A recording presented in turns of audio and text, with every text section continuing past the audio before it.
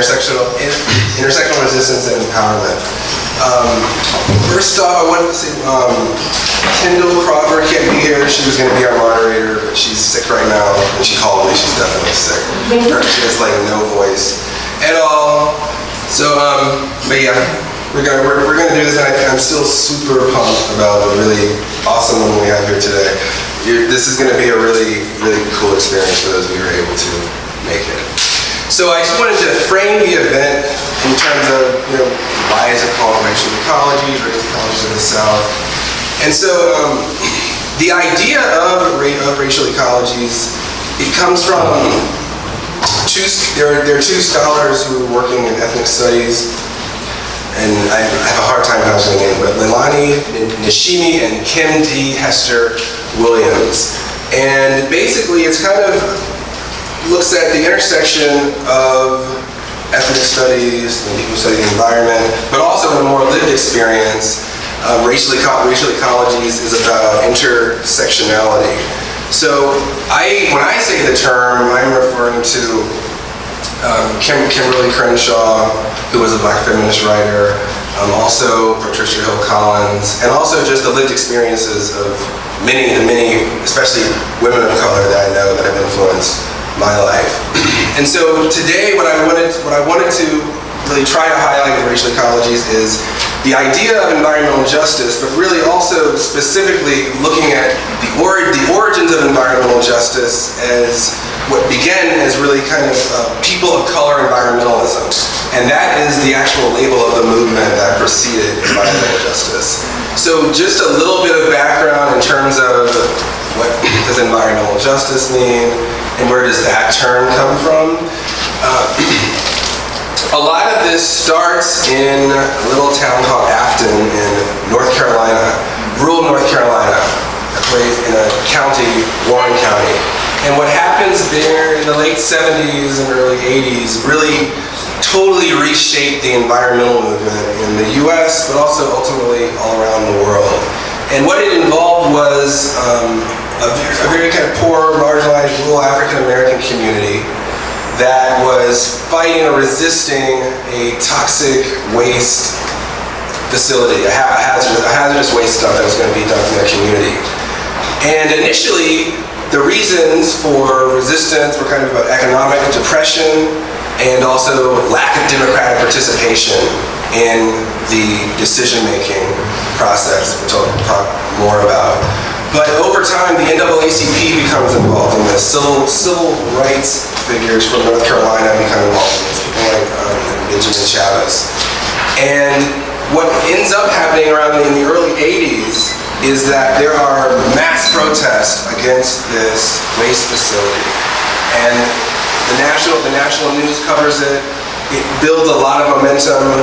Also, building up to this, the NAACP had brought a lawsuit against the state of North Carolina for racial discrimination in the siting of an industrial facility. The judge at the time did not really even bother to hear that, because it had come kind of too late in the case. They've been going back and forth legally for years. This all precedes any direct action. And in the fall of 1982, there's about 500 people who are arrested resisting this particular facility. And they're able to delay the facility. They're ultimately not able to stop it, but what they do in the process is they build a really enormous movement that combines the rhetoric and strategies of the civil rights movement in an environmental context. And so kind of bringing the environmental movement and civil rights movement together. And today, so that's sort of the roots of the environmental justice movement. And just for the record, that particular dump site did end up leaking. That was one of the things that the residents were worried about. So a lot of the whole idea starts in Warren County, and I highlight Warren County in part because of the history, but also because of the fact that it's also a rural community. And oftentimes we forget kind of the origins of environmental justice start in the Black rural community, which relates to another item that is connected to today in terms of something going on in Virginia. In Union Hill, Virginia, right now there is resistance to a compressor station that is part of the Atlantic Coast pipeline. And this resistance is taking place in a historic Black freedmen community. And Black freedmen communities really I mean, they existed in the antebellum period, but they really began building momentum after the Civil War. And this is where the Black freedmen community of Union Hill kind of traces its origins to the ends of the Civil War when free blacks established, basically settled in Buckingham. Even prior to the end of the Civil War, there were free blacks in this area who owned thousands of acres. So I just mentioned that because the area is very rich in multi-dimensional ways in Black history. And in terms of how this piece of land where the compressor station was slated to be built even kind of came about, this particular piece of land was owned by a landholding company which was owned by descendants of some of the original tobacco plantation owners. So these were white slave owners, and people who enslaved African Americans also lived on that land in bondage. So that piece of land was sold to Dominion for $2.5 million, and that piece of land was actually where the plantations were. And a lot of the people who live around that area, a significant amount of them actually can trace their heritage to some of the original Black settlers of the area. So it's an area that's very rich, not only in terms of racial history, but also very specifically and distinct to the South as well, which I want to talk about that some. So why is it racial ecologies of the South? So I call it racial ecologies of the South, not just because Virginia's in the South, but also thinking about South, not in terms of just the Southern United States, but also South as a geopolitical term. If you think about the global South and some of the relationships between like the so-called developed North world and the global South, a lot of the sort of struggles and conflicts that we might see at a local level or a community level, they connect to much larger issues as well. And so I wanted that to be part of the energy of today. It's really thinking really seriously and critically about race relations, and also about the dimensions of the global South. Another thing I wanted to mention before I get more into the intersectionality was the fact that in addition to, so environmental justice, this is a movement that kind of arises in response to environmental racism. It spreads to other areas too, and people begin looking at gender, class was always there, but you can find a really diverse kind of suite of environmental justice studies. But one of the things that's important is that environmental justice, environmental equality, environmental racism, these are all kind of interrelated terms, but they refer not only to the disproportionate impact of environmental hazards on communities of color, but also to the lack of leadership, lack of representation, and kind of lack of acknowledgement in terms of things like skills, expertise, organizing power, the production of knowledge that occurs within the environmental movement. So looking at racial issues both within the environmental movement and also the disproportionate impact of industrial hazards on communities of color. And the term intersectionality is also important there, because for a while within like academia they would get into these debates on is it race or is it class? And repeatedly throughout time, especially once with the rise of like intersectionality, the idea of thinking about like all about different sorts of social inequalities as totally separate is something that is not really seen as the best way to try to understand problems. So we're not thinking about this versus this, like is it about race or is it about this? We're really looking at how these issues intersect with one another. And I say that in part too because sometimes in different contexts, especially when race is brought up as a central issue, some people can see that as reductive. A lot of times the knee-jerk reaction is, isn't it class? Isn't it really just like poor people versus rich people? Why do they have to bring in this race thing? But one of the things that influences my thinking on race, in addition to things that come out of like social science and cultural theories, is things that come from really powerful writers, especially powerful women writers like Toni Morrison, for example. And she's said one of the things that I really love about Toni Morrison is that she kind of refuses to represent or categorize race as something reductive. And I am very much the same way. I see race as a very expansive category. I think it's a very rich category. I think race opens up a lot of different conversations and that otherwise are not had. So for me, when I'm thinking about race, I'm thinking about race and heritage and culture and colorism and all of those things that intersect with a lot of the issues that affect not only environment but also the health of communities, the health of our relationships, etc. So this is definitely done kind of in the spirit of environmental justice, but also really trying to return to some of the roots of environmental justice and recognize the very deeply racialized nature of environmental justice in terms of its origins, and in terms of just really staying and thinking with those terms, to not think in reductive terms about race, to not think in reductive terms about whiteness, but to really think about how are these things shaping all of these other areas, including the areas that we often think of as being outside of race, or areas that are maybe more productive to focus on rather than race. Because one thing that's happened, that's been documented over and over again in social movements, is that a lot of, and movements for change, is that when you don't address a lot of those contradictions, a lot of those tensions, they really slow movements down, they collapse movements, and things that maybe to one group of people seems like not a big deal really can be foundational to the very existence of other people, particularly when we think of where people are coming from, where people are speaking from, where are they drawing their interest and their knowledge from? Why are they even looking at certain issues?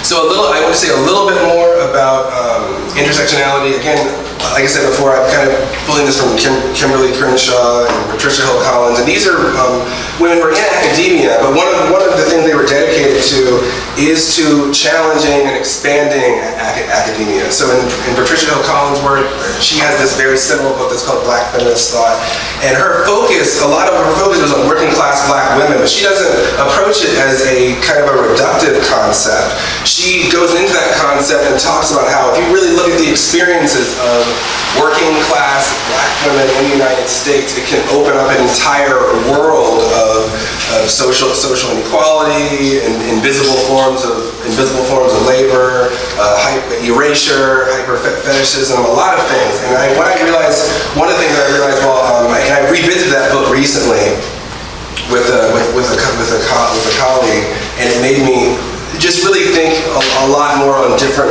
levels about where we get our knowledge from, who we regard as experts, and also just the importance of hearing and seeing and taking seriously the lives and the contributions of marginalized people. But specifically for today, I wanted to focus on racial ecologies in the sense of kind of lived experiences and different types of knowledge production, critical knowledge production that happens not just in academic spaces and not just even in expert or institutional spaces, but really happens on the ground, and to recognize that is not just sort of someone's subjectivity, but something that can also give people real knowledge and insight into what they're talking about. How, for example, people who go through struggles every day can relate to people who suddenly they have something removed from them, and then that takes over their world.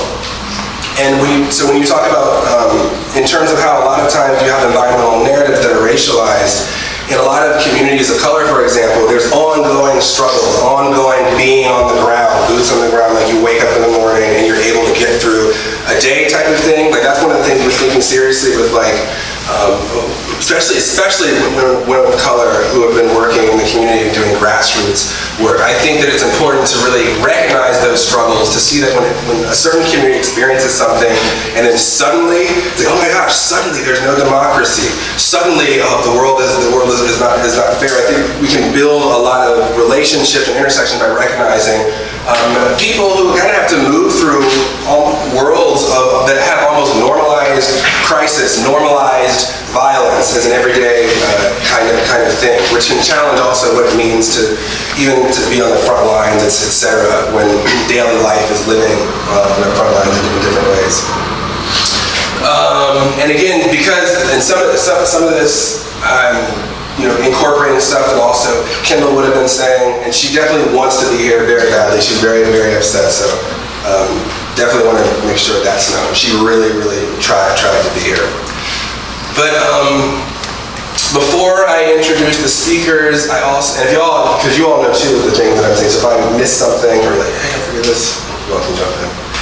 But I wanted to also take the time to recognize one of those speakers that would have been here today who recently passed, Lilia Estes. And there's a picture, is there a picture in the back? Yeah, and we have the gold ribbons on as well. She was an amazing community leader. It's really hard to even describe the amount of lives across generations that she touched here. And definitely, when I had returned to Richmond, because I had grown up in Henrico County, but always been near Richmond. And I had gone to school in another part of Virginia, but spent most of my 20s out in California. But Liz was one of the first people that I connected with when I got back here. I was amazed by her energy, how genuine she was, and how she always held everybody accountable. Even if you're talking with her one-on-one, you could not, you can't really BS or fluff anything with Lily. I had many conversations for many hours with her, and she's very inspirational, touched many lives other than my own. Many of the folks that are with us today and out in the crowd know about this, but she's going to be part of this. She was very excited about it. She was showing lots of support for it, and really she is one of the people who inspired me to do this type of community work, to do work to intentionally not make community events on campus, and to not just look at critical knowledge production and expertise as something that comes out of academic institutions. Although I think academic institutions can play a role, I think it's important to also recognize where the value of knowledge that's produced in different parts of society, especially as our academic institutions become more and more neoliberalized, the people who work with are more and more precariously employed. It's important to recognize knowledge coming from multiple places. So I definitely want to dedicate this. So this event today is dedicated to Lilia Estes, and we're going to do, before we go to the speakers, there were some opening ceremonies that we were going to do. And yeah, do you want the microphone? I think I have. Or you got? Okay, that's right. University, and it's my second year there. But I wanted to thank the VCU Sociology Department, the VCU Department of African American Studies, and the VCU Program for Science and Technology Studies for their support of this event. And also thanks to all of you who shared and liked and just helped get the word out about this. Very excited about that, very grateful for that. And this is something, I first did an event similar to this last year, and so this conversation is one that is building. And even though it's like I said, even though it's looking at the intersections of race and ecology, I look at those as an expansive term, not cutting away race, but it's a lens through which to view everything we do, not just in terms of racialized body, but also in terms of the knowledge that we produce, the forms of expertise that we recognize, and the bodies that we give value to, including with the space that we allow those bodies to take up, both in terms of actual space, intellectual space, audible space, all of those types of things. But before we get started, we also wanted to do just recognize the land that we're on, and so what? Right. So I'm so honored to be here. One thing we always try to do as Indigenous people is acknowledge whose land we are on. We are on Turtle Island. You call it the United States, but it's actually, we refer to it as Turtle Island. And it extends not just to the so-called United States, it's beyond the borders to the furthest south, to the furthest north. So we are on the Turtle Island, where there were 10,000 tribes in the past. Right now in Richmond, Virginia, we are on what historically would have been the Powhatan Confederation. Pamunkey is whose land this is. I also want to acknowledge that this land was built on the bones and blood of my ancestors, on those people. And Richmond was built by the hands of the slaves that were brought here, their blood and their sweat. So I want to make sure I honor that as well. The Virginia chapter of the United Parents Against Lead, UPAL abbreviation, and to write an account of her family's struggles with lead poisoning in a book titled "A Child is a Terrible Thing to Waste." UPAL evolved into United Parents Against Lead and Other Environmental Hazards. Queen Shabazz has been a local stand for children organizer since 1996. She is a notary public, holds a paralegal certificate of specialty study in real estate and civil litigation, and a Bachelor's of Science degree in business administration. A former elementary school teacher, she has served as an READ Center Board member and on the advisory board of the Senate Joint Subcommittee studying lead poisoning prevention. Shabazz continues to provide valuable insight, time, and dedication towards the eradication of lead poisoning, and she currently serves as coordinator of the Virginia Environmental Justice Collaborative. So I'm so pumped to have her here.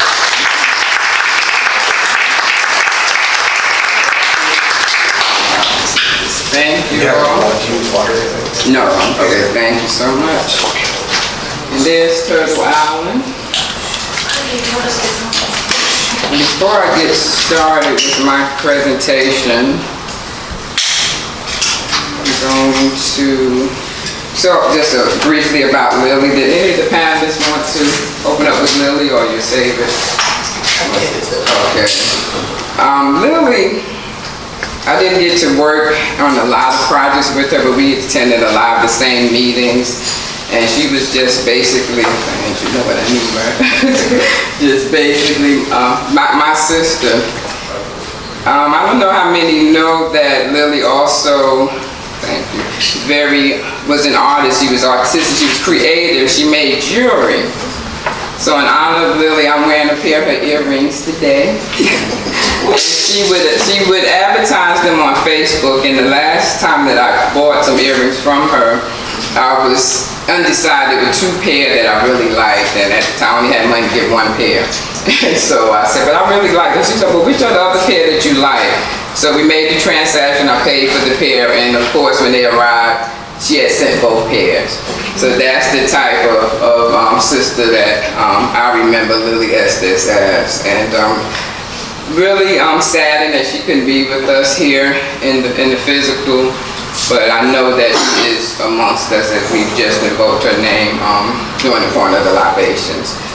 Peace and blessings, Sister Lily, and thank you for what you've left us. Okay, so good Saturday. I'm Queen Zakia Shabazz, and I'm from Earth. I am woman, I am mother, I am Earth. This afternoon, we're going to look at the face of environmental justice in Virginia. We'll visit the EJ principles and learn about the Virginia Environmental Justice Collaborative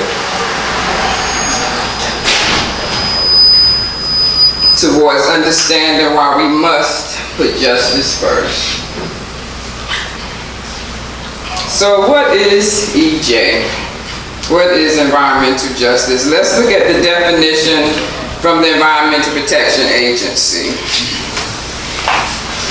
Talks about fair treatment, meaningful involvement of all people, regardless of race, color, natural origin, income, with respect to the development, implementation, and enforcement of environmental laws, regulations, and policies. It continues and goes into fair treatment as no segment of the population should face a disproportionate burden from the environmental consequences of industry, business, or government policies. Disproportionate, key word. And meaningful involvement. People, communities have an opportunity to participate in decisions that can, and most often do, affect our health or environment. The public can impact the agency's decision, and concerns will be considered in the decision-making process. And we know that although this is very well stated, that's oftentimes not what happens. We are too often left out of the decision-making process, or decisions have already been made before we know about them, and then we're invited to a big planning meeting, but it's already been planned 15, 20 years in advance before we even are invited to come and sit at the table.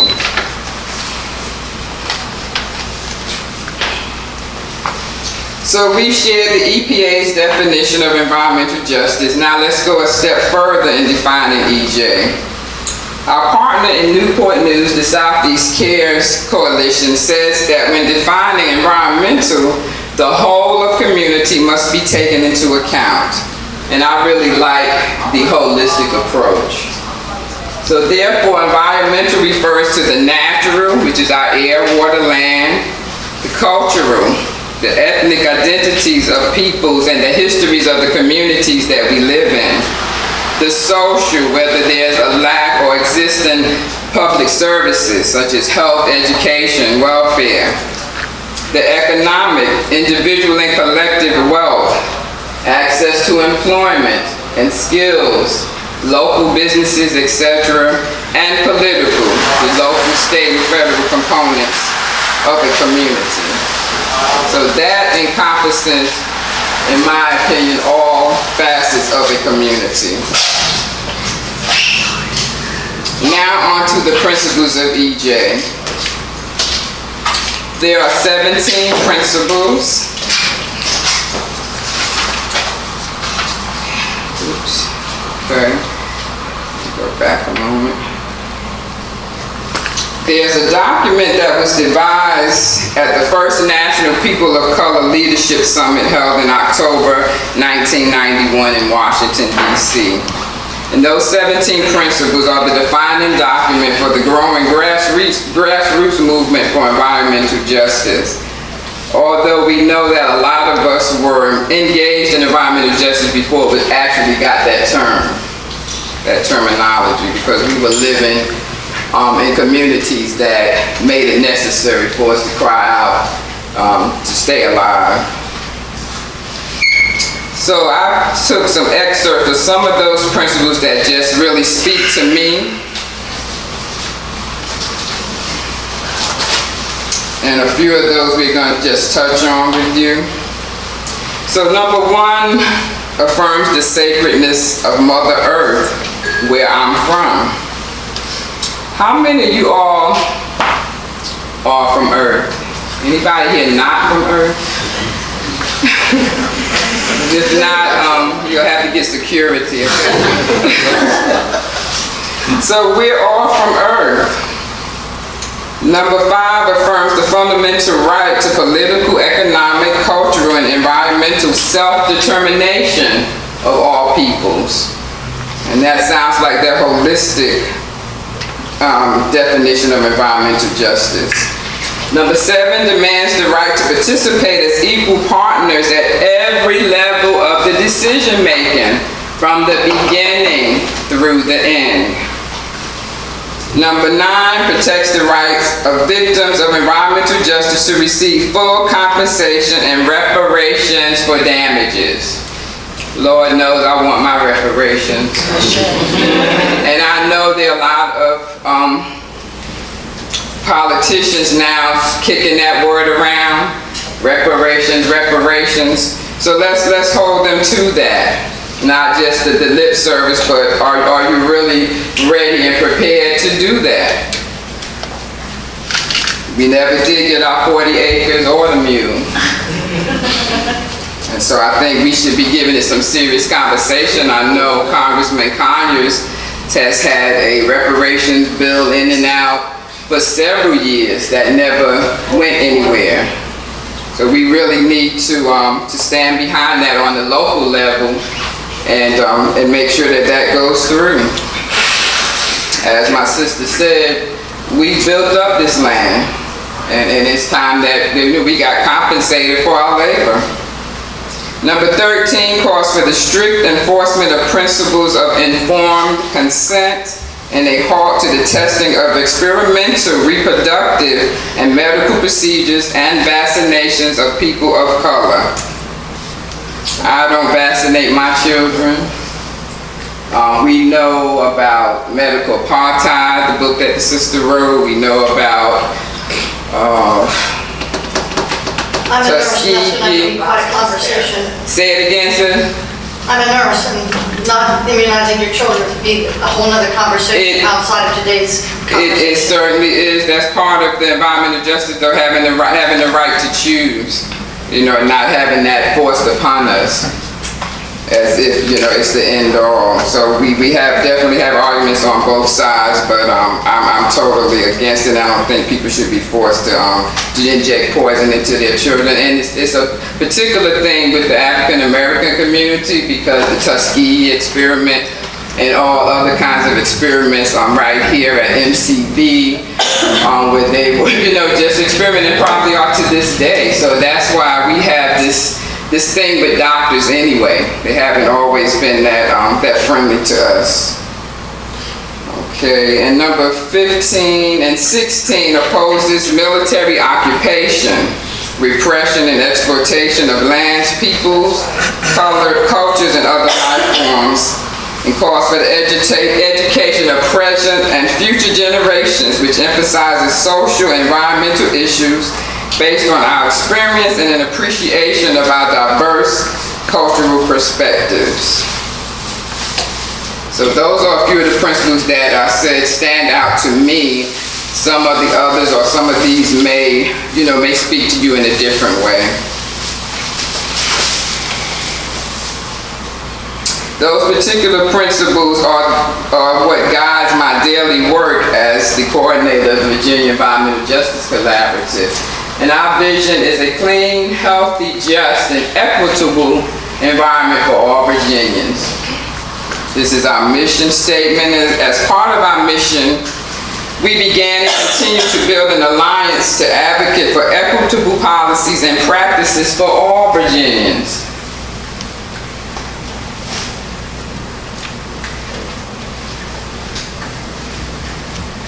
We originated in 2015.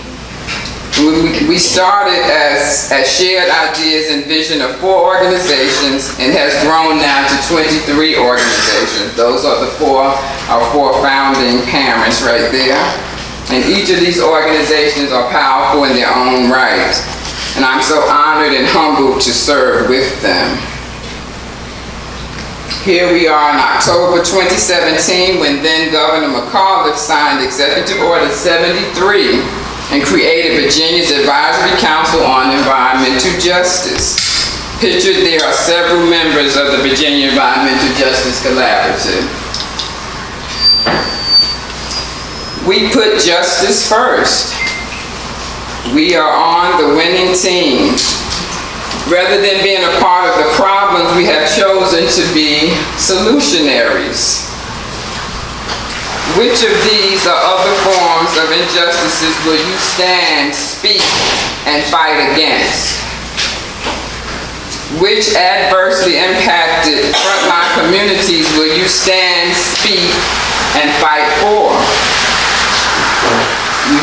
You're familiar with the 17 principles. If not now, then when? The future is now. These forms of justice is social, racial, food justice, climate justice, economic and environmental justice. Something that we all can decide to work on. It's something for all of us to do. You don't have to work on every issue, but choose whatever you can. We all must be doing something because the future is now. This is my contact information. There's information about United Parents Against lead poisoning on the table there, and also as well as contact for the Virginia Environmental Justice Collaborative. Because now we know what environmental justice looks like. We've seen the face of environmental justice in Virginia, and it does not look like this. I'd like to play a brief song for you because seeing this reminds me of how politicians always say, don't worry, don't worry. I'm reminded of the governor in Michigan when 10,000 children were poisoned by lead, and he said, I'm not stepping down, and he didn't. And now we have the Virginia governor who said the same thing, but I guess he said, well, I said I'm sorry. So y'all don't worry. Because I'm gonna play this song by Curtis Mayfield. Some of you may be familiar with it.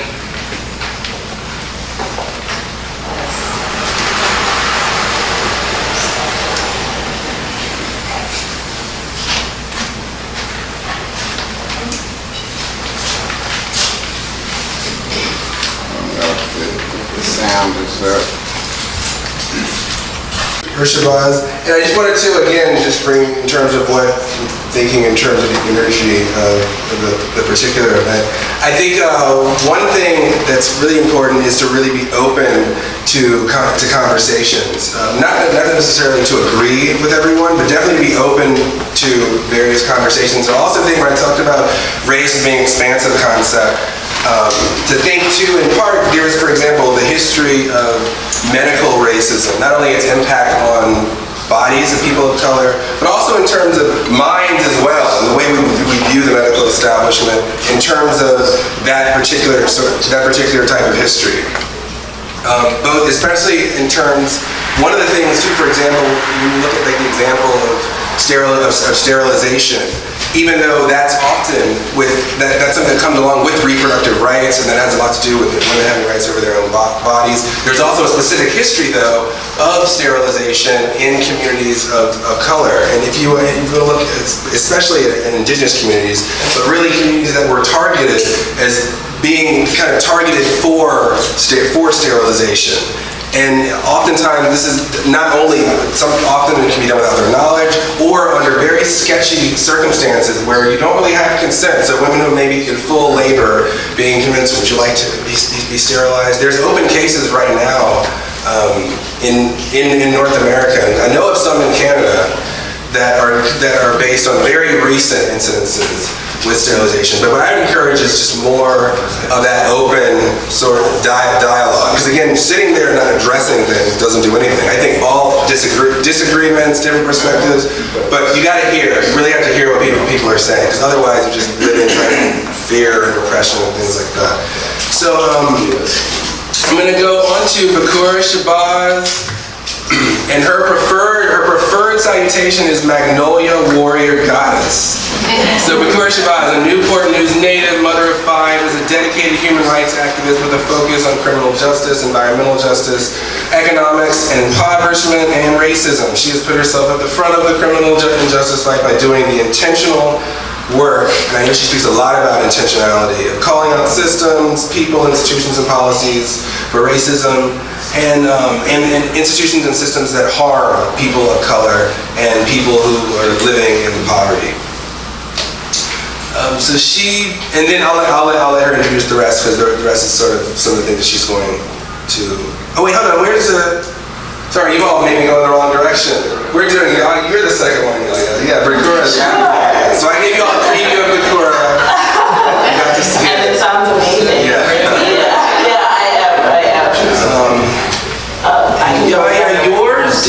Was yours on the document, or because I can also. I am a queer Afro-Indigenous woman. I was born in Belize, of Garifuna heritage, so Arawak Indian, Carib Indian, and West African descent. I've been living in Virginia for the past 17 years, so it's been a really long time.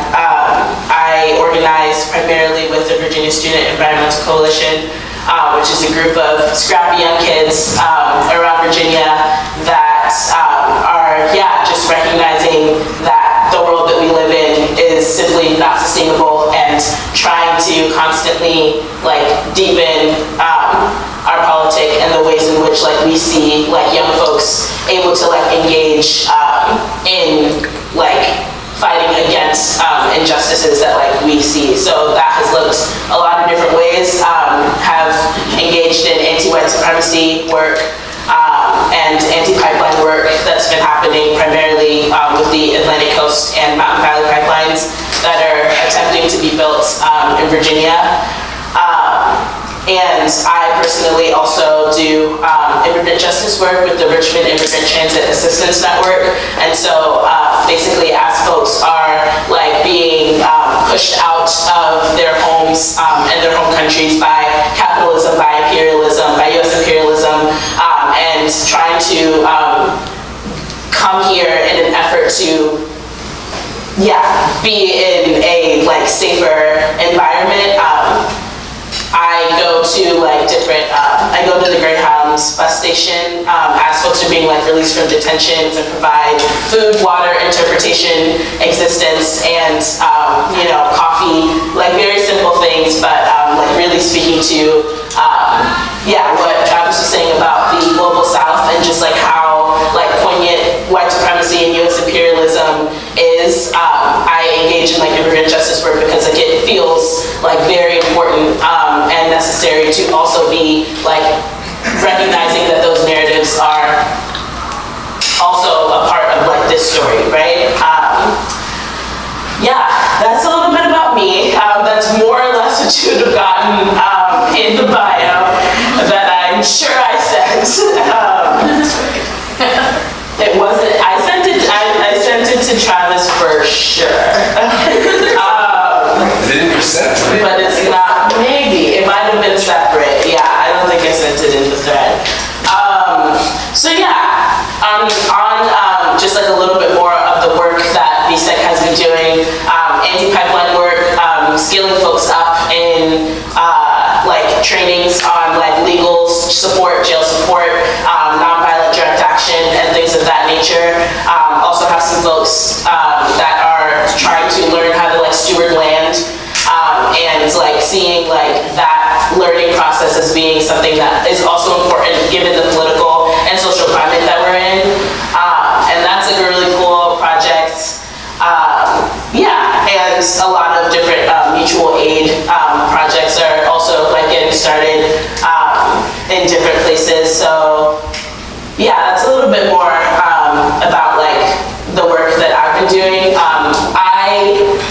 For this panel was like, oh my goodness, like what exactly like am I going to say? It is like a very like expansive topic, but I think that one of the main things I really wanted to speak to were just some of like my experiences being in the environmental justice movement in Virginia, and some of the things that like I have noticed as being like aspects of white supremacy and capitalism that I think we as like people who are like committed to environmental justice really need to be sharp on not recreating and like recreating these same structures that we say that we're against, and like not recreating like these same like harmful like power dynamics that like we know harm us like outside of these spaces, right? So I've been like doing like this kind of work for 2-ish, 3-ish years, and there are just some things that I've noticed. I want to focus more on like the sort of like interpersonal, because I think that the interpersonal is political. Been reading a lot of Adrienne Marie Brown and Emergent Strategy. She is an amazing author and doula, human, and in her book Emergent Strategy she talks about fractals, which is basically it's within nature, like you know how you see a fern and like the smallest part of the fern is like replicated on the bigger parts of the fern leaves. So that idea, like if we apply that to like social movements, which is what Emergent Strategy is about, it's like how we treat each other and how we are like in relationship with each other on the interpersonal, so like how you're treating the people in your life will be replicated and indicative of like macro structures. So like if you are not doing right by the people that are like in your life, inevitably the things that will be manifested will continue to be harmful on a larger scale. And so that's sort of like a little bit of what I am going to be talking about. I think that some of the things that like I like have noticed, this is again like thinking about like the spirit of this event and what Travis was saying, like I am honestly trying to like have a dialogue and like active conversation about these kinds of things, because I think it's like important. We've all been swimming in the same water. We have all been like affected by like white supremacy and by capitalism and by imperialism. Nobody is like above critique, and I think that like, you know, starting that like process of actually like listening and hearing, processing things is important in order for us all to be able to like truly build a different world. So yeah, and a lot of the times when we talk about like these really heady concepts like white supremacy and capitalism, it gets really difficult to like sort of bring that down into like the ways in which like those like manifest in spaces, and the ways in which like those things like, yeah, the ways in which they affect how people are able to like move within space.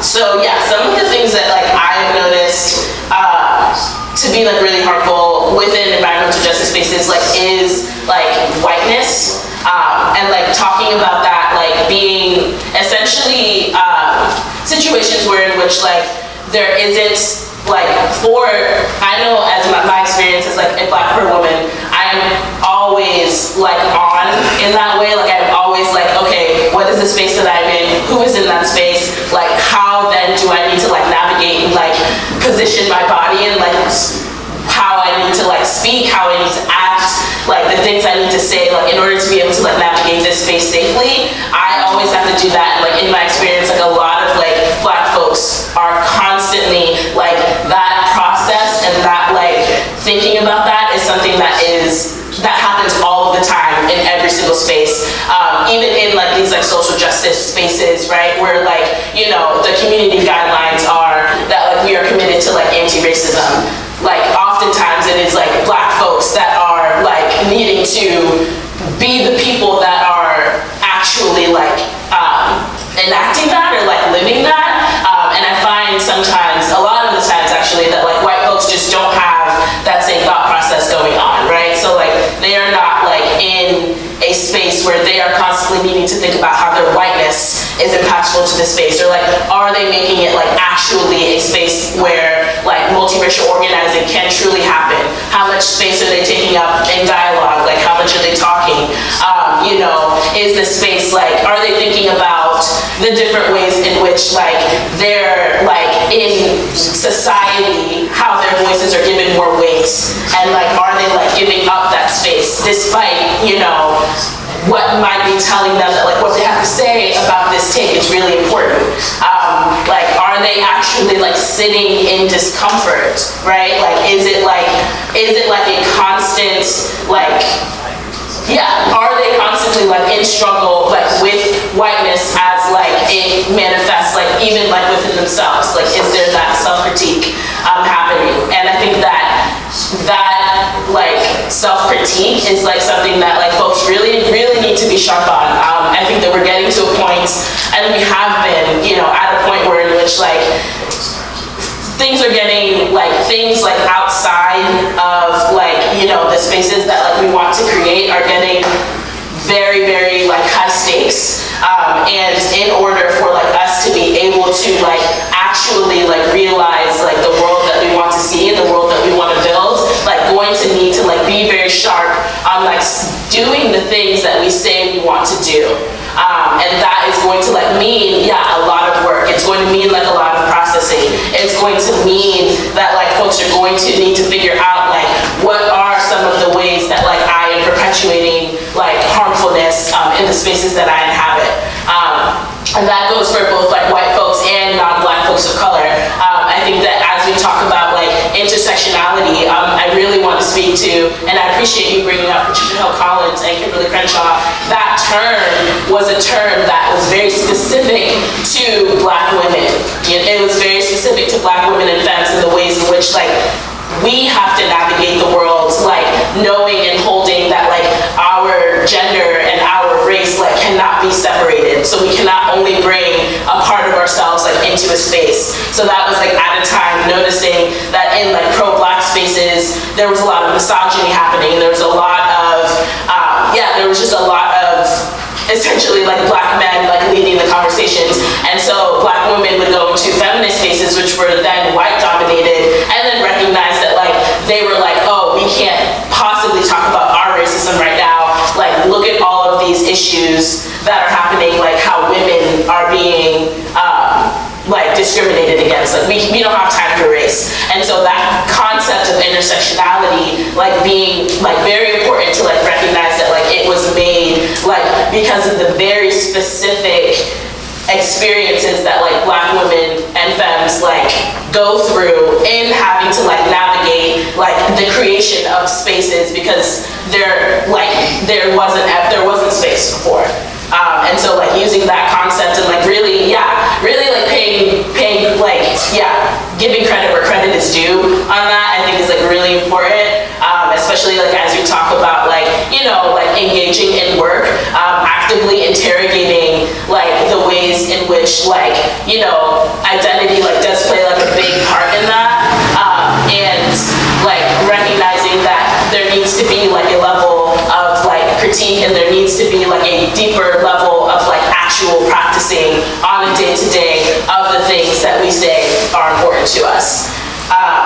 I see in like a lot of like anti-pipeline spaces like this manifesting because and it's interesting because we can say like pipelines are bad, right? And so therefore like anything that needs to happen in order to stop this pipeline needs to stop. And so like there isn't really a lot of that like self-critique happening within those spaces of like whose land are we on? Whose land are you on? Like person who's like yes absolutely going to be like affected by like this pipeline, but it can't just be about that. Like it's way deeper than that. I think I see pipelines as like a physical manifestation or like a tangible like example of extraction, a tangible example of white supremacy and like greed, right?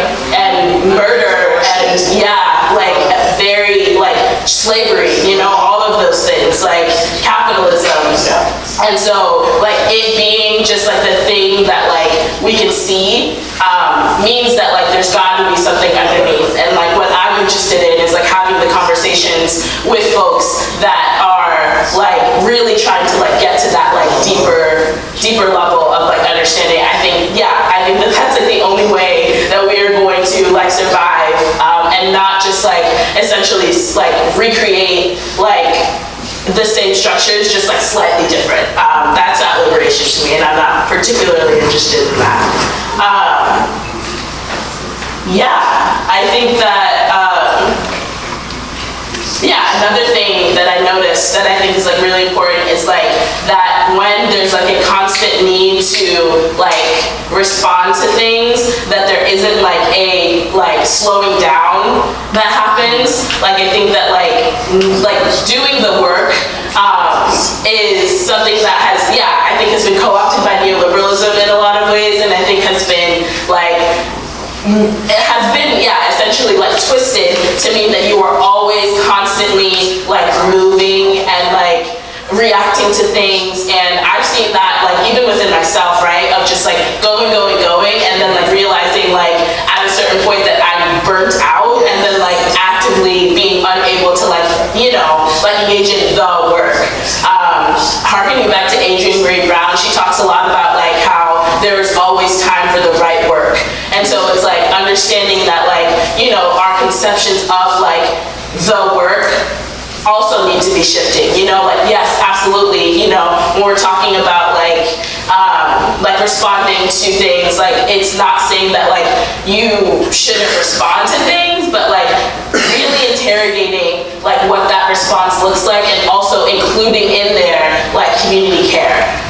I've seen that be something that like really hasn't happened, and like that looks again like a lot of different ways, but I think it's like really like important for sustainability's sake, for folks to be like actively like thinking about like the ways in which like you are taking care of the people around you and like what that looks like,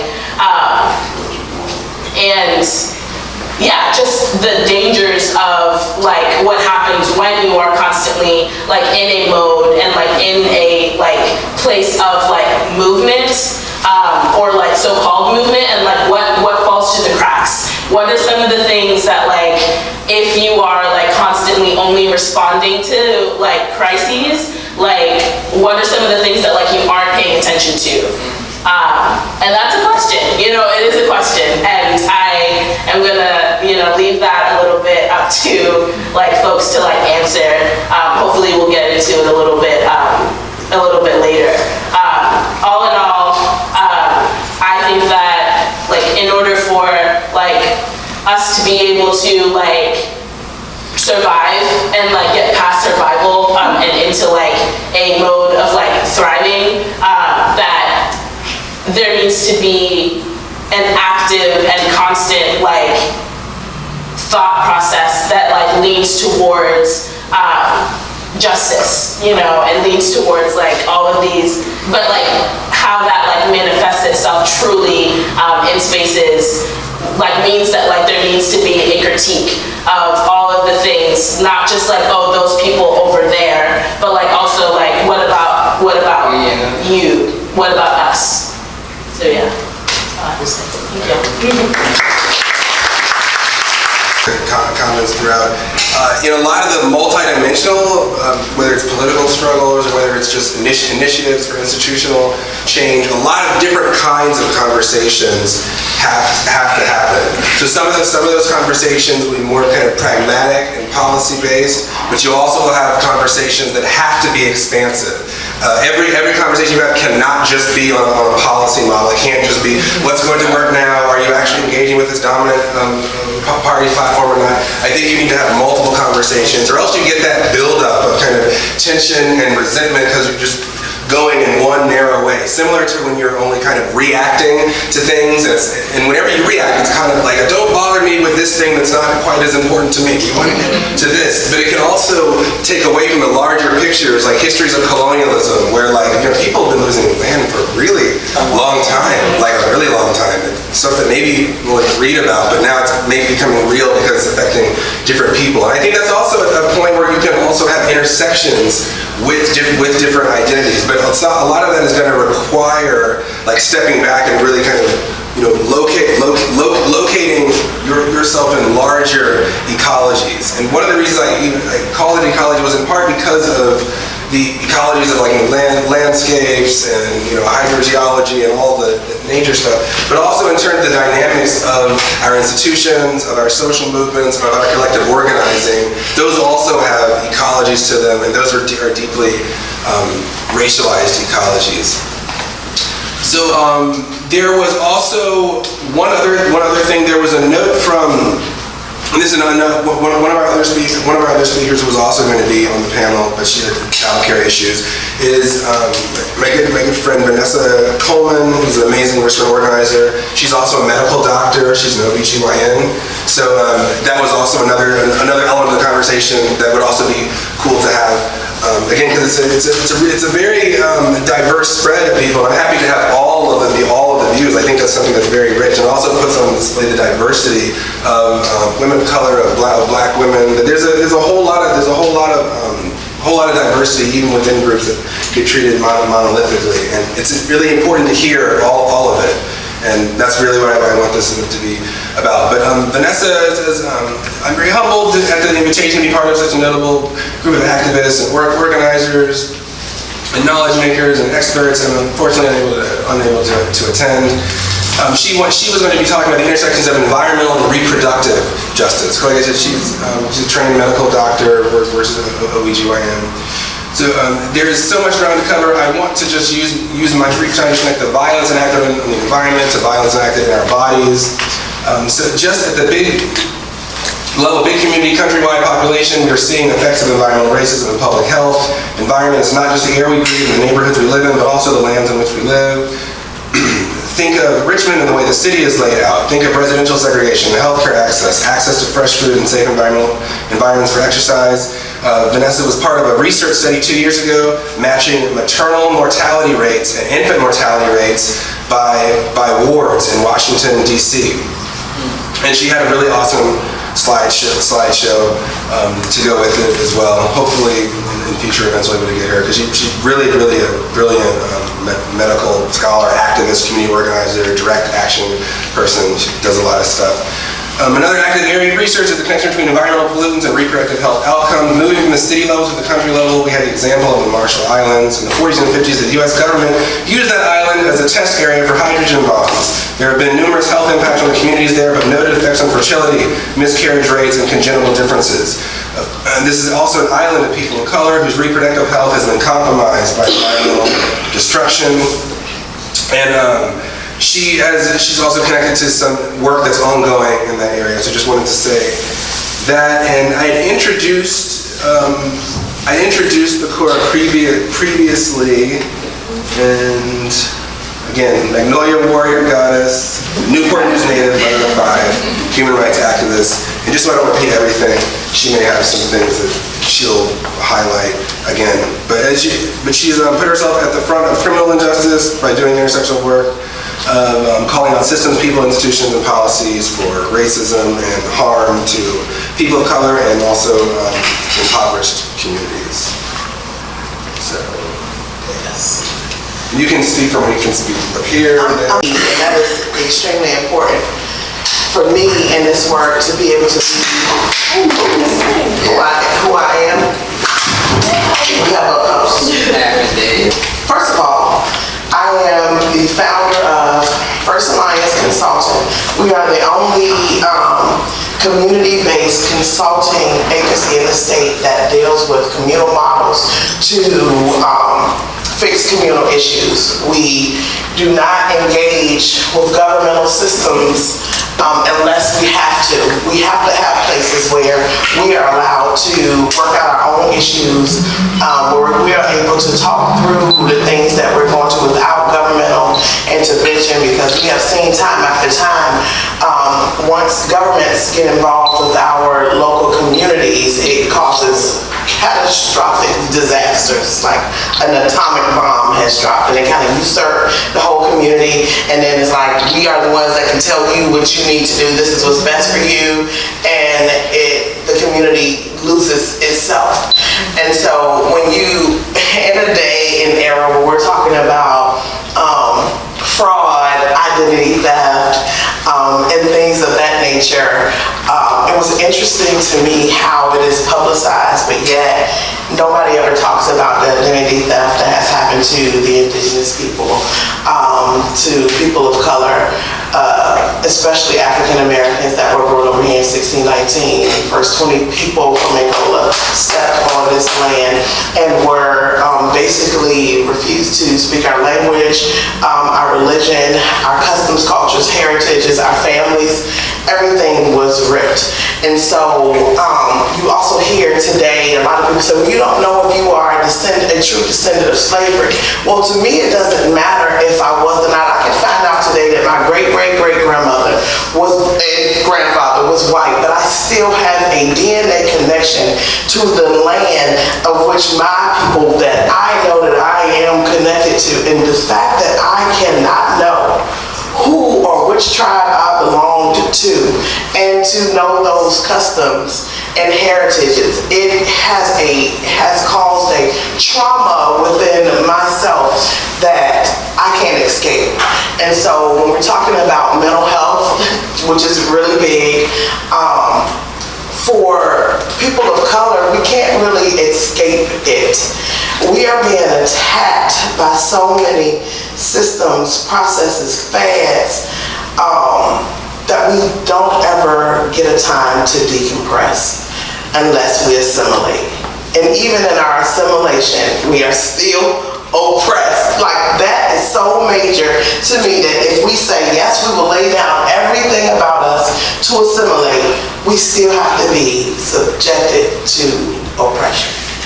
And that has been my life's work, to try to unpack that for people and organizations.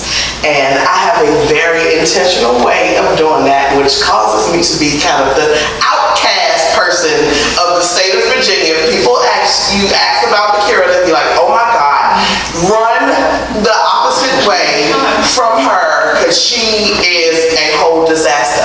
But that comes from people not seeing intentional work being done a lot. They're not hearing people using intentional language, moving in an intentional manner, that I don't have a desire to assimilate. I don't have a desire to befriend my oppressor or people who are poisoning water, putting pipelines through and compressor stations. I just don't have that desire to become friends with those type of people, especially when we criminalize people who are driving without a license, but yet we're not criminalizing people who are poisoning whole neighborhoods. Just, it just behooves me. But I started out in 1997 doing criminal injustice work, and at that time I was like, oh, I'm a civil rights activist, and I just was gung-ho about my work. I always knew I wanted to be a lawyer. From like 5 years old, that's what I wanted to do. Didn't know why, I just had a dream, that's what I wanted to do.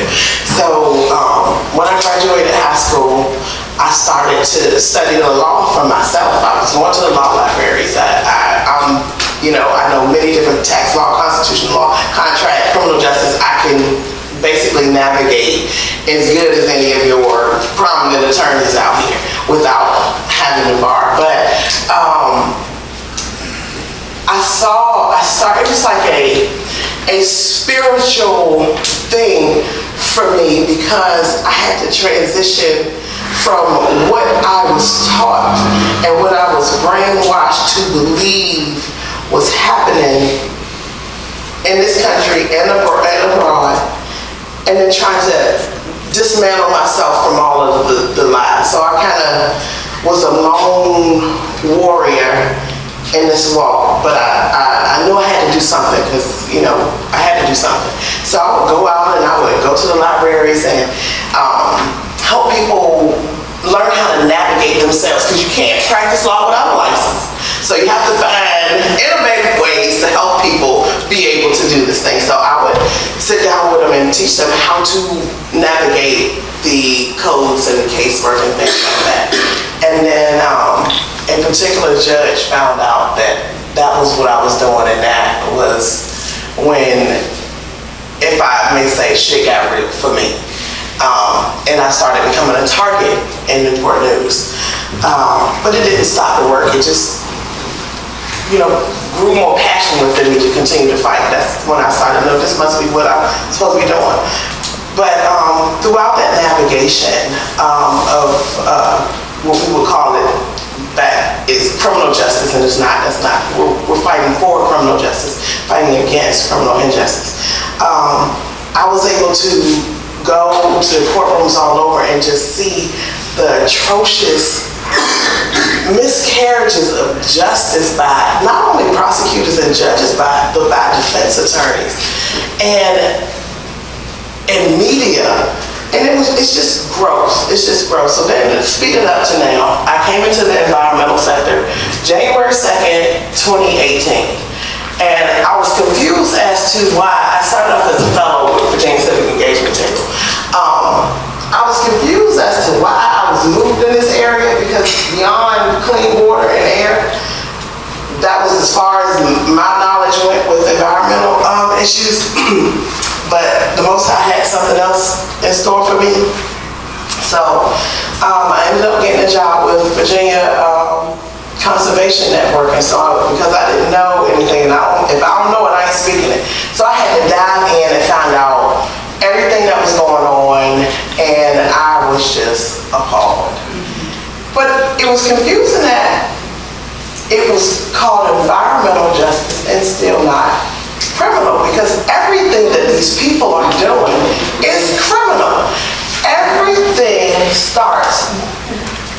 Can we get this back up here? Everything starts at a criminal. If you're fighting for something, then it's criminal. If whoever, whether it be the establishment or whomever, has done something against someone to cause harm, that is a crime. Point blank period, it is. And so for me, everything that I take in goes back to criminal injustice. And so my oldest son, who is 19 now, has suffered from chronic severe lung disease. He has one of the worst forms of asthma. This is pulmonologist, that he's like 76, said your son has the worst form of asthma that I've ever seen in my years of practicing.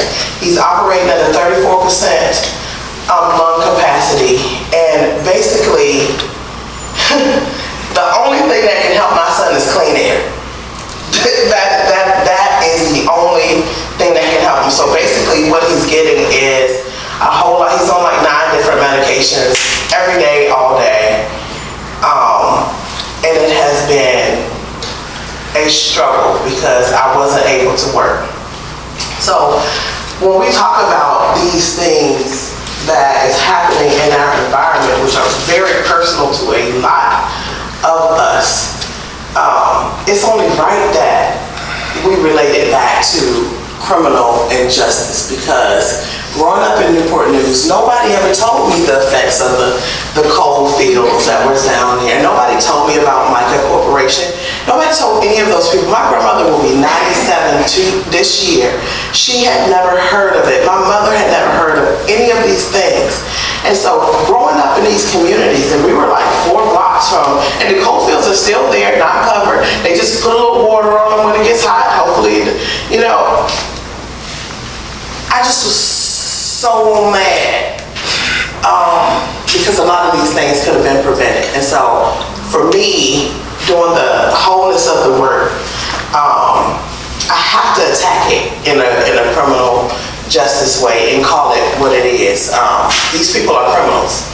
They are. And oftentimes we overlook that fact. And so in my intentional work, and calling out systems and people, I use a criminal justice lens, and I am able to pull a code and say, look, Dominion is in violation of 18.2- such and such and such and such. Why are we not going after them on this? And they're like, well, you know, we can't really, we just want to see if we can get them to change this. And I'm like, even if they changed it, they have committed a crime. And if we are so gung-ho about filling these jails back, golly, why can't Tom Farrell be in one of them cells? So, you know, those are the things that I say that gets me kicked out of the room. And oftentimes when I'm invited in the room, I'm never re-invited in the room. And that's okay, because I know that eventually people will see the method to my madness and say, damn, we should have been doing that a long time ago. Because we do it to each other. We hold one another to the highest moral standards, you know, individually, but we don't do that in governance, and that is just mind-boggling to me. And then outside of that part of the work is the oppression within the non-profit sector of environmental work that I was exposed to was just egregious and gross, and all things that was naughty and not nice. And like my sister Yaya said, that we end up doing the very things that we say we are fighting against. And also being a member of the collaborative, there's been an internal struggle between grassroots academia, the nonprofit sector, and everybody wants to act as if grassroots organizations don't have any validity in what they're saying. They're not credible organizations. They're just the ones that are the ones that's boots on the ground, but no, they're not credible. You know, we'll call them in when we need to get some grassroots actions to meet these metrics that we so often had to do, because I had like 581 of them I had to do every quarter, but anywho, you know, and it's unfortunate because this room really should be packed with all our nonprofit organization directors. I mean, really should be, because this is where you get that raw information that you need to be able to take back to the board and say, look, we've been doing this thing all wrong. This is not it. We need to be able to empower these communities by stepping aside and giving them the resources that they need to do the work that they need to do in their communities, not usurping their work and extorting these people in these communities just to meet our metrics and to be able to continue to renew our grants every year that you get off the backs of these people in these communities. It's still slavery. Slavery is alive and well today. The 13th Amendment did not abolish slavery. It didn't. It doesn't say it anywhere. If you read it, you pull it up on your phones if you got it. It never abolished slavery. And when I'm talking about intentional work, you got to really look at what something says versus what somebody told you. The propaganda around the 13th Amendment was, somebody said, oh, the 13th Amendment abolished slavery. Nobody wanted to read it. And so that's what they were told, and that's what we believe. If the 13th Amendment abolished slavery, it would have used the word. And abolish, to abolish something means to do away with completely, in its entirety. There is no clause for you to go and say except for, or in this case, or for these people. Abolishment means done. The 13th Amendment didn't do that. And so when we have these systems that promote propaganda because they know we're too busy to read because they keep throwing stuff at us, we believe oftentimes what we hear instead of going back and saying, hold on, let me see what that says for myself. And really understanding it. So like you said, breaking down these things so that we understand what we're doing and what we need to be doing versus what we think we should be doing based off of a notion of what's going on. You know, we'll find ourselves in that hamster wheel and we'll just keep running and running and running. And so for me, in this age of diversity, equity, and inclusion, which is totally different than conflict resolution, we got to understand what DEI is and what it does. We know what we were told that it does. We're going to be able to have processes to bring in more people of color in our organizations and be equitable, not processes. What DEI actually does is gives white people more time to oppress people of color. In 2019, you should not need a manual to know how to treat somebody. You treat them like you want to be treated. Why do we need to tell you? We have to have, and then the DEI trainers are also white. That's interesting. So if we need DEI because you all are not doing the thing, but yet you're going to train us how to do the thing that you're not doing, I see you. And I'm here to call you out. And I'm going to call you out. Regardless. Because I love y'all. You know, when it takes a special kind of person that's willing to sacrifice, and I mean big sacrifice, to call out these systems, to be blackballed from being hired in any of these environmental organizations. Thank you. Because of your truth.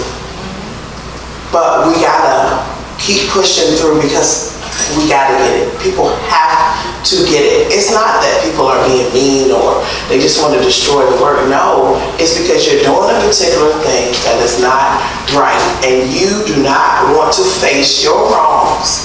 You rather look at Dominion when really you're just another little mini Dominion yourself. And so what the collaborative is looking to do is create this process that gives space for that, because there is no space for that anywhere, and I mean anywhere, not just in Virginia, all over the United States. There is not a complaint process where we can have these conversations. And I say to my colleagues all the time, if we can't handle internal conflict, we don't have no business going to nobody's community acting like saviors. Amen. Right. We can't do that. And so I encourage people to be extremely intentional in everything that they do, their words, how they move, their beliefs. Don't straddle the fence, don't waver. If you must compromise, make sure that the compromise benefits the people at an 80-20%.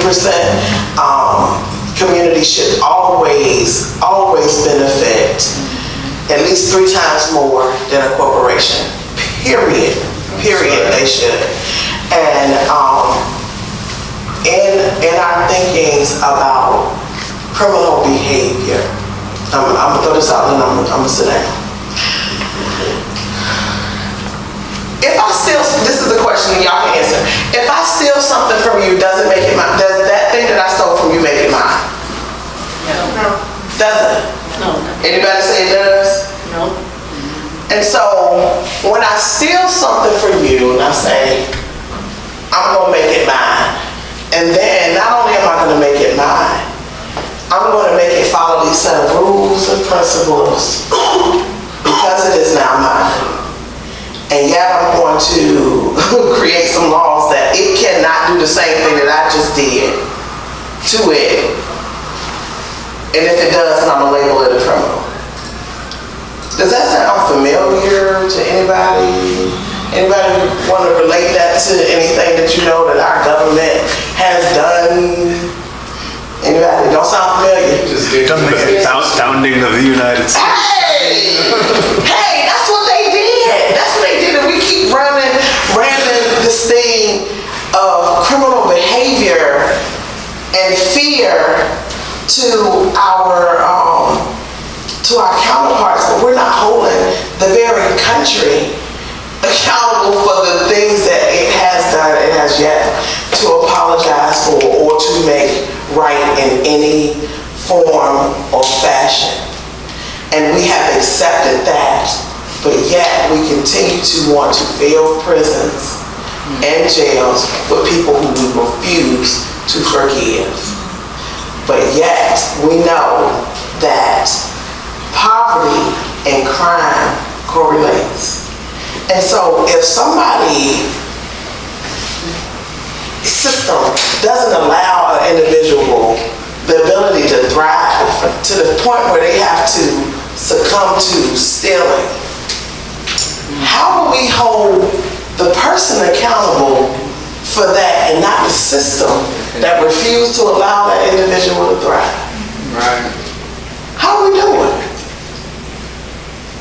How did we get to that place that we have accepted everything that our politicians have told us to be true, made us believe it, without just really thinking about what they've done? Basically what they've done is shift and control the narrative so nobody can look at them and internalize all the things it has done and continues to do, not only through white supremacy, but through people of color assimilating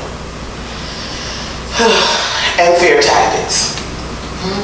And so I was telling Travis it was important to me that his students be in the room because I have to empower the youth to continue to move in a very intentional way.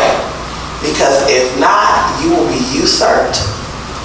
And we will continue to have this cycle. I encourage you to be bold, not cocky, but bold in your stances. And to make sure that you really understand what's going on here. Utilize your elders. Do not be disrespectful to your elders. Listen to them. Work with them. There is a process that works that we have gotten away from, and education has kind of led to that, because when you see the power strip between academia, it's the academia knows because we have the degree, but that's not always the case. So. That talks about the trees and the water and the air and the land and sing songs and do the prayers, but they don't want to hear about the truth. And I'm about to interrupt your world and correct some lies and some history written by the colonizers. I'm going to give you some trigger warnings right now. I'm going to piss you off. I'm going to say things and words that you don't want to hear, but I'm going to say them anyway because you need to. The first thing I want to do is I want to read you an excerpt from a book. It's called There There by Tommy Orange. And the reason I'm reading you this is I want you to have a clear understanding of who I am and what I'm talking about and why I do all the things I do. You can put that other one back up there because I work on all those things. I fight back against that, not just for me, but for the next 7 generations. But we also believe in our past generations. And DNA memory is real. We believe in that. So I'm going to read you this so you have some understanding of who I am and where I'm coming from and why I do what I do and say the things I say. I'm going to pull out my glasses because I can't see with them.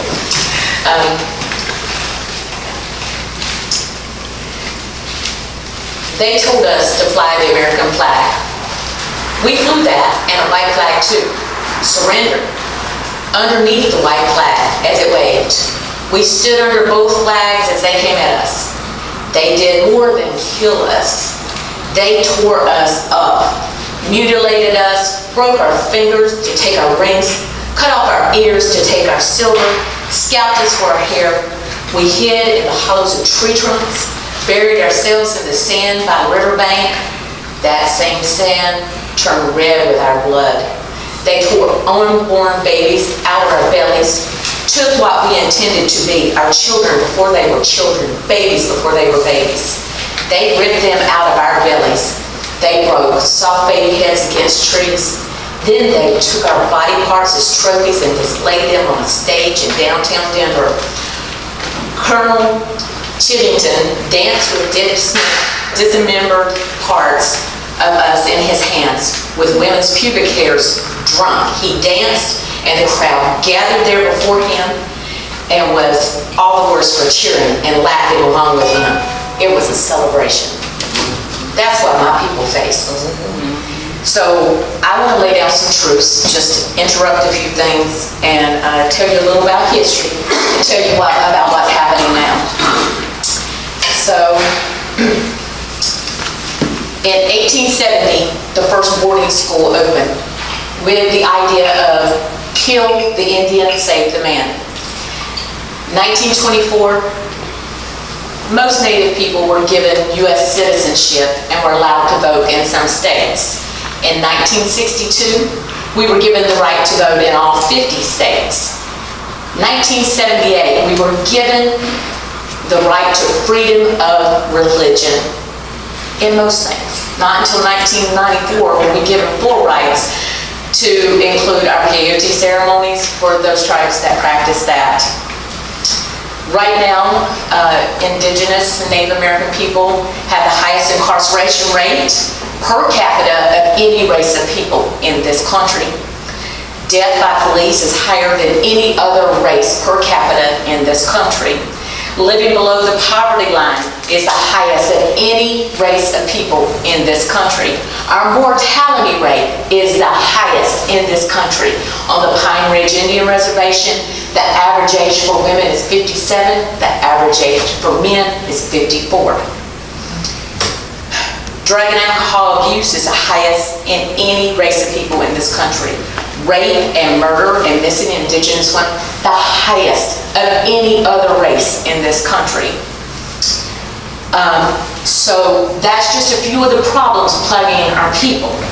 Now I want to tell you about who I am and let you know this isn't distance. My grandfather and my father were both products of the boarding school. The last boarding school just closed in the 1980s. There is still one open, and that's the St. Labre School.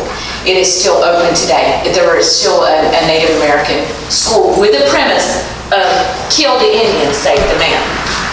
Remember that as we're talking. So you understand, this isn't just ancient history, this is now. I've had a cross burned in my yard. We moved to Williamsburg, Virginia when I was a child. From Oklahoma, we moved to North Carolina, we moved to Williamsburg. The Klan burned a cross because we were the darkest people in the neighborhood. We moved the next day. That's why I fight back against so much racism today. I've been called names by white people. I've had hearts rammed into mine and called fucking Indian and told to go back to my reservation. and that's happened within the last 2 years. I've lost multiple jobs because I'm Native American, and literally worked for a company for 5 years, and they thought I was Italian. The minute they found out, the week later, I was called in and told I did not fit in with the image of their company. I was sterilized against my consent by a doctor in Florida. That's still happening to our people. I was raped. I've been targeted by the police for state-sponsored violence, and their state-sponsored violence against me. I live below the poverty level. I face food and housing insecurity every day. I've been threatened for speaking out by multiple races of people for speaking my truths. And yeah. So when colonization happened, there were 15 million, an estimated 15 million indigenous people killed, to the point that it caused environmental harm to the continent. They killed so many of us and just left us laying out. Smallpox blankets. I've personally grew up living off of commodities box, which has white flour, white sugar, powdered milk, all the things that are killing our people. They replaced the smallpox blankets with the commodities boxes. It's killing our people. Many of our women have been sterilized. The forced removal that's happened for us, and all of this false history written. So what do I do today to empower not only myself, because it took me a minute and it took me a while to realize, even though I've faced all these things, and there's a lot more that goes with it, I realized that we have a lot in common as indigenous people, as people of color, as black people, and that we have some power. This continent, this country, this government is built on our backs, on our blood, on our bones, on our tears, on our sweat. And if we take that away from them, we've got some power. Right. So the things I'm doing that I do today on a regular basis is I show up. And I don't just show up with my words, I show up with my actions. I show up as a street medic, I show up as a frontline warrior. If I have to stand there, hold a sign, push back, whatever I have to do, I show up. That's the biggest thing I can do. I use my voice because I talk a lot. And I can piss people off real good, but I can also hope to bring some understanding. Sometimes I try to build bridges, and sometimes I want them to burn them down. I don't care, it depends on what's going on at the time, but I'm trying to build some bridges between African American communities, people of color, Native Americans, Asian, whatever, trying to build some bridges because we can have some power. We need to fight back against the colonization, against the white fragility, against the oppression, and unfortunately, and I'm not putting anybody down, I try to love everybody, treat everybody equally, but there are things I see. There's a certain privilege you have if you're white that I will never know, that these ladies will never know. But I also have a form of privilege that they will never know. I confuse people. I am a lighter skinned indigenous woman, and I can confuse them enough to give them time to get away or to talk some sense into these people. And I don't mind doing that. I don't mind being that bridge. I want to talk a little bit about doing educational work. I have been going a lot and doing talks and panels and going into schools and trying to educate about the true history of indigenous people, but also educate about how that intersects environmental racism.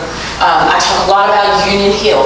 I talk a lot about pipelines, because a lot of times extractive industries target indigenous communities, poor communities. They target rural communities, farmers, and African American communities. And it's not right. We are bearing the brunt. So I go out and do a lot of education on that. I go out into marginalized communities. And when I say marginalized, I mean underserved communities. And it could be the homeless community, it could be undocumented communities, it could be African-American communities, or just the poorest communities. And I try to see what they need and try to help them navigate a system and give them the resources they need. I do a lot of work out on the reservations in other parts of the country. I just came back from the border. So I show up. And I fight back too against the prison system. I do a lot of educational work, trying to educate people about who's actually incarcerated. And a lot of people, honestly, well, if they're in jail or they're in prison, they've done something wrong. And I'm like, no, it's a money-making business. They gotta keep them full or they don't make the money. And when you start breaking it down for communities who don't face that kind of incarceration rate, they kind of get the light bulb going off. So I try to go out into these communities and do these things. But one of the biggest things and the biggest advocate I am for is the voice of my people. And so here again, I'll give you a trigger warning because I'm going to say some things that might upset some people, but they've got to be said. This earth, as Indigenous women, as Indigenous people, we were made stewards of this continent. It is our job to protect it. This is our mother. We literally believe that we arose out of this earth, that she birthed us from her womb. And every single solid day that an extractive industry is ripping something out of her, they are raping my mother. They are literally killing my mother. And I will do everything in my power to fight back against that. I will educate, advocate, I will go out and stand on the front lines, I will take the bullets, which I have, I will take the beatings and the mace and the pepper spray, and I will do that to protect my mother. I hope each and every person here loves your mother enough that you would do that for her. Be it the earth or your physical mother who birthed you. Yeah. So, all of these things that I do, all of these things that happen to my people, all of these things that have happened to communities of color, all intersects, it all entwines, it's all important. And if you don't want to do anything but pick just one that you want to focus on, do it with all your might, do it with all your power, do it with your loudest voice, and don't be apologetic about it. Just go and do it. Thank you. I don't think it was announced. But if you see the cards that are around, the idea is that you would write questions on the cards, and you can give them to us, and then we go through the questions, and answer as many as we can. And if we don't have many, then we just take questions from the audience. But I wanted to say again that kind of with my goal in doing this, all of this work is in kind of building connections.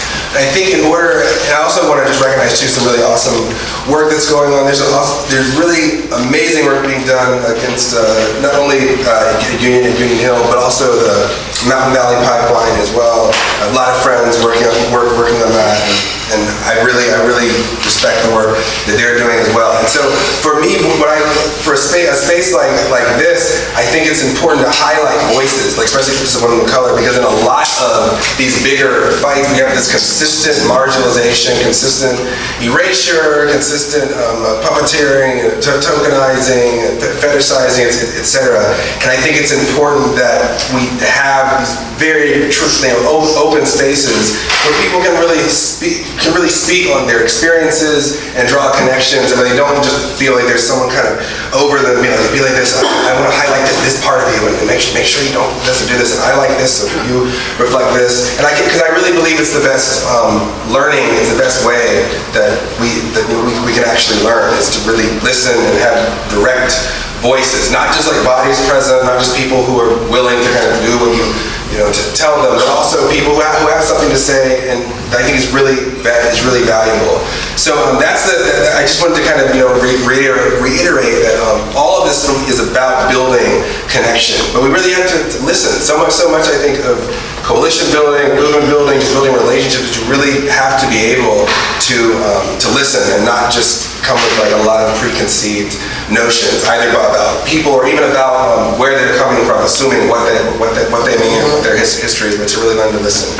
So with that being said, for the other part of it, and basically the duration, is want to hear questions from the audience. Do any of you have questions that you've written already at all? Okay, so we have one. So we might do a little bit more. I'll be moderating it. So since a lot of you didn't, what we can either do, We have to raise our hand for the okay, we'll do it that way. So did you all want to go right into it? Okay, so we'll just go right into it. Actually, yeah, we're right at 3:30, so somehow we're on time. But County, but I wonder if there were any groups targeting industry at large, such as DuPont, which is the 4th largest chemical plant in the world. Just wondering what's going on here in Richmond. Targeted DuPont, and I met them at the Waters Life rally. I think it was last year before, but I can't remember who they are. Do you remember their name? And I mean, because the facts that they had around how oppressive DuPont is with their employees, like if you can't, like if you want insurance, you can't opt out of. It's just they basically control every aspect of their employees' lives, and the environmental hazards working within DuPont, they kind of micromanage their employees so that they don't talk about those things, and the cancers that have came from people who work at DuPont, it's not being amplified like it really should. I mean, because that's a huge industry in Richmond, and it should be. I don't know why it isn't. I think it's just Dominion has taken so much of the collective's efforts that a lot of other egregious things just kind of get left behind, and then you got to look at them now. Even though you see a lot of people, compared to how many people are in the state, we really don't have a lot of environmental activists out there. So it is extremely important that we have processes that protect each and every one of us, because one loss is great, it's major. So I can look for that information and get back to you with that. Thank you for bringing it to our attention. I will certainly note that for the collaborative to add that to our long list of issues that we will address. Thank you for that. So living here in Virginia, I used to live down in Chesterfield, and the DSCR, which was just down the road, is one of the toxic cleanup sites that the government recognized. We also had the oil tank storage facility there at Chippenham and Jeff Davis. DuPont was just a few blocks down the road. We had train station or railroad tracks that run through that carry all kinds of toxic chemicals and coal and all manner of things that roll through our state every single solid day. We live in a very dangerous state, and our proximity to Washington, D.C. just makes us a target for any kind of attack from the outside. So yes, there are people aware. Yes, there are people out there doing the work. No, there's not enough of us. Why we need you today. We talked quite a bit about the Atlantic Coast and Mountain Valley pipelines, but just each of you in turn, is there a small environmental justice issue that you think would be nice if they got the same level of press as the Atlantic Coast or the thanks to all the hard work you all have done fighting those? So. I don't think any of them are small when they're affecting people. I've been working with lead-poisoned children as a result of my son being poisoned in 1996, so it's been 22 years, 22 plus years.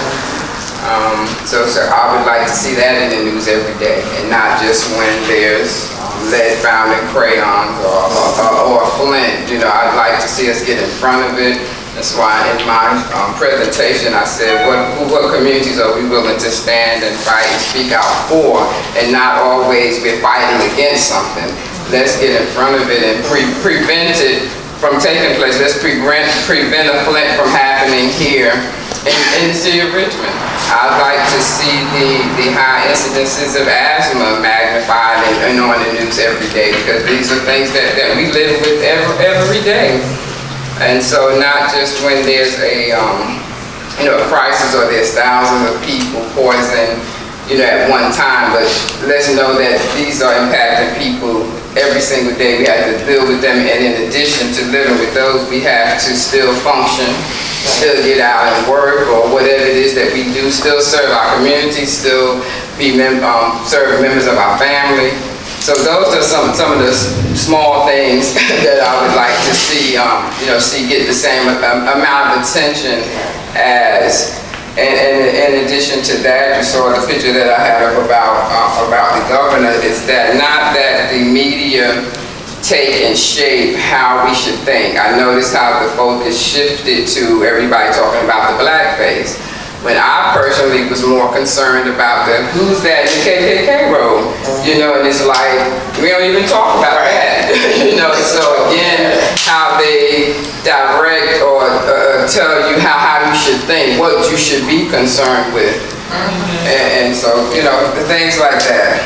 I think methane gas is one that is not getting a lot of exposure, especially when we are looking at landfill issues within Petersburg area and the proposed landfill to be put in Cumberland County, another predominantly historic African American community. When we're talking about the state allowing, contracting with 14 different states to bring their trash in a small community at that. Again, being in front of those things and not learning about it after the fact. Now we must mobilize, we must fight when the corporations have done their homework and have started laying roots and connecting with each other to make it happen, and we are having to, gather people to fight against it. And that is one of the issues that the collaborative is addressing, that proposed mega landfill to come to Cumberland County and affect the Pine Grove community, historic community there.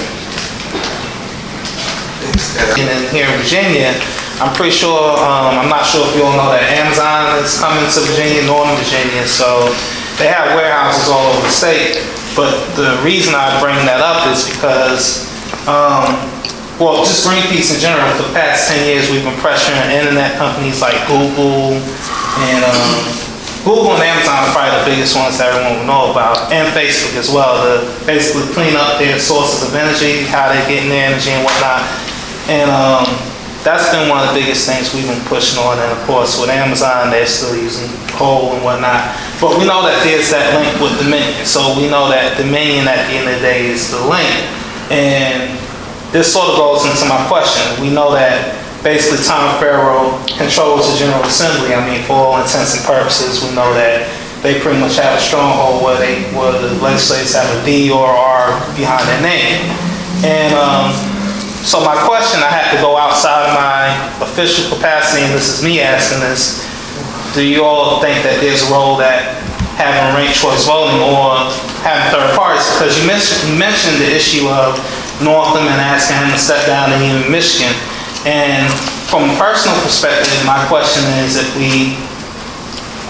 and this is sort of where I think this might ruffle some feathers, if we're asking these Democrats to step down, which I'm for, but then who are we replacing them with? Are we replacing them with people who do have our best interests in mind? And also, if you only have two choices, what incentive does this party have to pay attention to us if they know that the party with the R behind the name has no intention, they're not even getting the pretense of having the interests of oppressed people in mind? So it seems like we're sort of in this chess game where we're almost already in mate, and we're not giving ourselves an out. We're not even giving ourselves an alternative. So that's sort of been my issue, because it seems like from a chess perspective, the way that we're trying to fight these corporations and these systems that are doing this, and at the end of the day, it is white supremacy, but they have a whole chessboard, and it almost seems like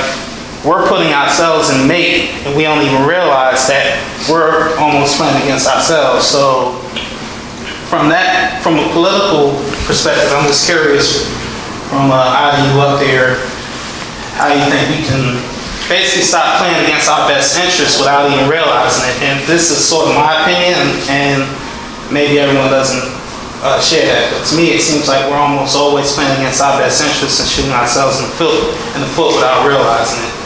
But that's it on that. And so when we're talking about dominion, we know that everything with these people is money. So we have to come back to the table ourselves and say, okay, what are we willing to risk or give up to stop this thing from happening? Does that mean that we're not going to turn our lights on for a month and affect their revenue?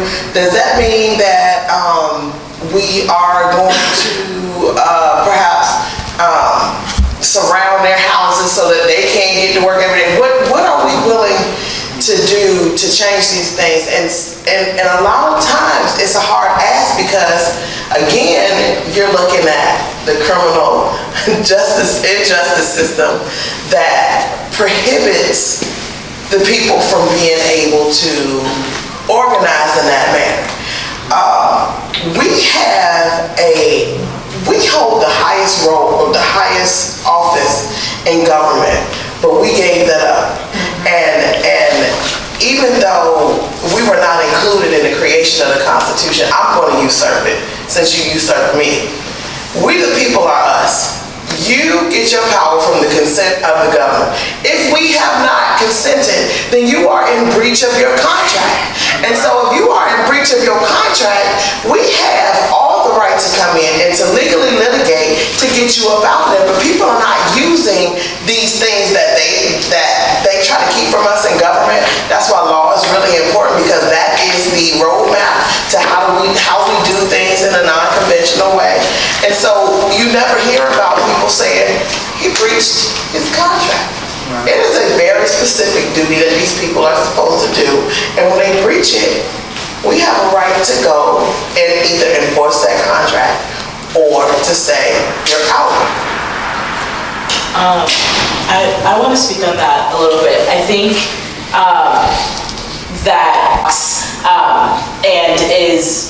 it's just like basically going up under the assumption that we just have to continue on and sort of hope that one day this system is going to do for us the things that we need for it to do. I don't think that's true. I don't think that's true, and so I invite you to think a little bit deeper and think a little bit differently about that in terms of what would happen if there was an entirely different system created that actually was one that spoke truly to the needs of the people. What does creating that alternative look like? What are the systems that need to be rendered obsolete in order to make that possible? What are some of the things that folks need to be doing within their own capacity, both I think that's a collective capacity, right? I don't think that it is individuals, we're in neoliberalism is tricky that way, right? It'll say that individual people will be the reason why certain things change, but it goes a lot deeper than that. So I think that you're getting back to a lot of well, who do I vote for? What, all of that stuff. I am of the opinion that what has been the social and the social hierarchies and the constructs under which this country and under which we are having to live right now are working, and they've always been working, and so fixing them isn't something that I feel is possible because they're not broken.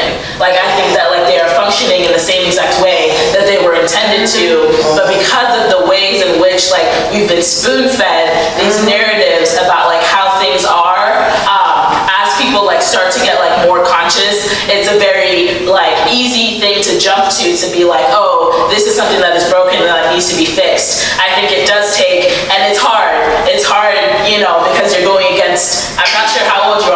like 24 plus years of like being like inundated essentially with a certain narrative, and like needing to like break from that is hard and scary. But I invite you and I invite everyone to sort of like figure out like what those like visions and what those schemes are, like in order to be able to like not necessarily just like deal with what it is that we have and do that sort of like, I think in the meantime harm reduction is important. Like don't get me wrong, like I would never vote for a Republican that's dumb, but like I'm also like not like in the mindset of like a Democrat or whoever is like going to like save me.